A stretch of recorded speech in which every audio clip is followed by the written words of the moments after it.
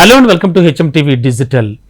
న్యూజిలాండ్కు భారీగా పెరిగారు వరసలు. దీంతో అక్కడికి తలనొప్పిగా మారింది న్యూజిలాండ్కి. దీంతో ఏం చేయాలో పాలుపోక చేసేదేమీ లేక వీసా నిబంధనలను న్యూజిలాండ్ చాలా కఠినతరం చేసేసింది.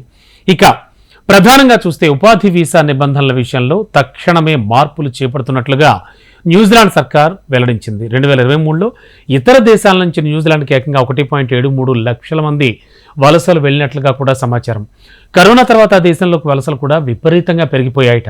మరి ఇలా వలసలు భారీగా పెరగడంతో ఆందోళన వ్యక్తం చేసినటువంటి ప్రభుత్వం ఇప్పుడు వాటిని నియంత్రించే పనిలో పడింది. ఇకపై పెద్దగా నైపుణ్యం అవసరం లేని పనుల కోసం వచ్చే వాళ్ళకు కూడా ఖచ్చితంగా ఇంగ్లీష్ భాషా పరిజ్ఞానం ఉండాలని, ఉద్యోగ వీసాల విషయంలో కనీస నైపుణ్యాలంటే మినిమం స్కిల్స్, పని అనుభవాన్ని అంటే వర్కింగ్ ఎక్స్పీరియన్స్ని పరిగణలో తీసుకోవడం వంటి కొత్త మార్పులను అనుసరించేందుకు సిద్ధమైంది. అలాగే తక్కువ నైపుణ్యం కలిగిన ఉద్యోగాల్లో అయితే ఉన్న వాళ్ళకి స్థానికంగా నిరంతర నివాస గడువును 5 ఏళ్ల నుంచి 3 ఏళ్లకు తగ్గించాలని న్యూజిలాండ్ నిర్ణయం తీసుకుంది.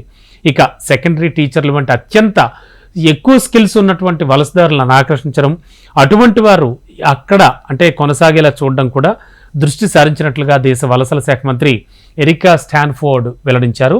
ఇదే సమయంలో నైపుణ్యాల కొరత లేని ఉద్యోగాల విషయంలో కూడా తమ దేశవాసులు ముందు వరుసలో ఉండేలా చూసుకోవాల్సిన అవసరం ఉందని ఈ సందర్భంగా మంత్రి పేర్కొనడం జరిగింది. మరోవైపు కరోనా తర్వాత వలసలు ఈ స్థాయిలో భారీగా పెరగడంతో న్యూజిలాండ్ జనాభా ప్రస్తుతం 51 లక్షలకు చేరుకుంది. ఈ నేపథ్యంలోనే గతేడాది ఆ దేశం ద్రవ్యోల్బణం పరిస్థితులను ఎదుర్కొంది.